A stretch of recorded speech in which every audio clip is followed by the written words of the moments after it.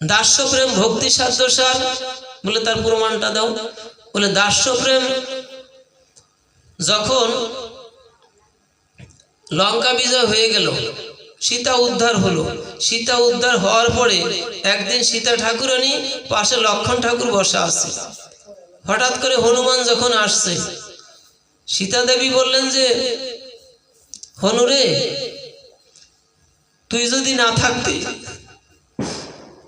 তাহলে আমি ওই রাবণের লঙ্কাপুরী থেকে কখনো আমি উদ্ধার হতাম না, আমি আসতে পারতাম না। তার একমাত্র তোর প্রচেষ্টায় সেই সাগর বন্ধন করেছিস, সাগর বন্ধন করে আমাকে সেই লঙ্কাপুরী থেকে আমাকে উদ্ধার করে এনেছিস, কিন্তু তার বিনিময়ে তোকে তো আমি কিছু দিতে পারলাম না। আমি মনে মনে ভেবেছি আমার পিতার দেওয়া, আমার মায়ের দেওয়া যে মুক্তার হার আছে, এই হারটা তোকে আমি পরিয়ে দিব, হারটা পরিয়ে দিব, আমার এইটা তুই একটু গ্রহণ কর। হনুমান চিন্তা করছে মায়ের দেওয়া হার নেই, গলায় পড়ি।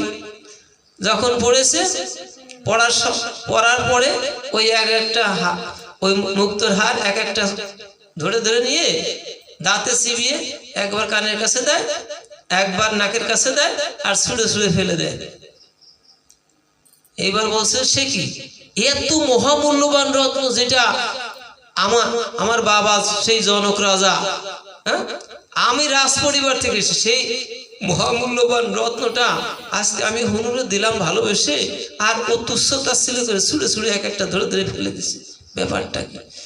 লক্ষণ ঠাকুর বলছে যে আমি তো আগেই বলছিলাম যে ওরা হলো বনের পশু, ওরা বানর জাতি, ওরা এর কি বুঝবে?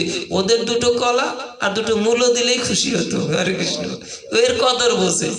ওরা কি এই রত্নের, এই মহামূল্যবান রত্নের কদর কি ওরা বোঝে? আপনি কেন দিতে গেলেন এটা? হরে কৃষ্ণ।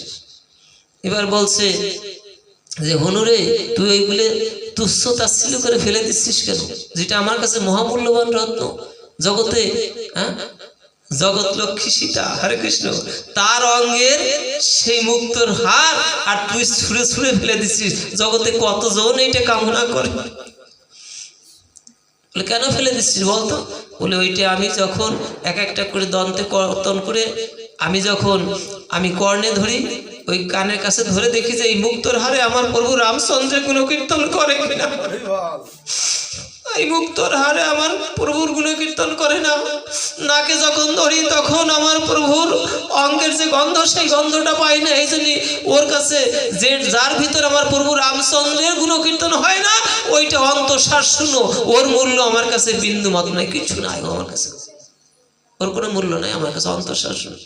বলে তোর ওই যে দেহটা, ওটা তো জড় দেহ। হরে কৃষ্ণ, তোর দেহটাও তো জড় দেহ। তো ওইটার ভিতর, ওই যে মুক্তোর মালার ভিতর তোর প্রভু রামচন্দ্রের গুণকীর্তন শুনলি না, ফেলে দিলি। আচ্ছা, তোর যে দেহটা, এই দেহটাও তো জড় দেহ, ওই তোর জড় দেহের ভিতর তোর প্রভু আছে। হরে কৃষ্ণ।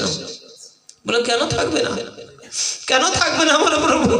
আমার প্রভু আছে, তাই আমি চলছি। প্রভু যখন থাকবে না, আমি অন্তঃসার শূন্য হয়ে পড়ে থাকবো। কেন থাকবে না? বলে যদি থেকে থাকে তাহলে একটু দেখা, থেকে থাকে যদি তুই দেখা। হঠাৎ সঙ্গে সঙ্গে কি করলেন, ওই বক্ষটা বিদীর্ণ করে যখন দিলেন, তখন মা জানকী দর্শন করলেন। এবার প্রভু রামচন্দ্র চিন্তা করেছে, আমার ভক্ত যেহেতু বলেছে, এই ভক্তের অর্থাৎ আমি ভগবান, আমার কথা এদিক ওদিক হতে পারে, কিন্তু আমার ভক্তের কথা যেন এদিক ওদিক না হয়। তার জন্য কি করলেন, সীতা দেবীকে দেখিয়ে দিলেন। যে তখন কি করলেন, ওই যে হনুমানের বক্ষের ভিতর শুধু প্রভু রামচন্দ্রকে দেখে নাই, দেখলেন পাশে মা জানকীও। হরে কৃষ্ণ। রাম সীতা যুগলে সেই হনুর বক্ষে অবস্থান করেছে। সীতা দেবী অবাক হয়ে গেলেন যে আমি সীতা এখানে, আবার আমি হনুর বক্ষে সীতা। হরে কৃষ্ণ। প্রভু রামচন্দ্র লীলায় দেখিয়ে দিলেন যে ভক্তের বাক্য কখনো এদিক ওদিক হয় না। ভগবান যা দিতে না পারে, ভক্তে তাহা দিতে পারে। হরে কৃষ্ণ। এই জন্য যুগে যুগে ভগবান ভক্তকে বড় করে রেখেছে। এই জন্যই যে নিজে তো দাঁড়ালেনই, পাশে সীতা দেবীকে নিয়ে দাঁড়ালেন, যুগলে দাঁড়ালেন।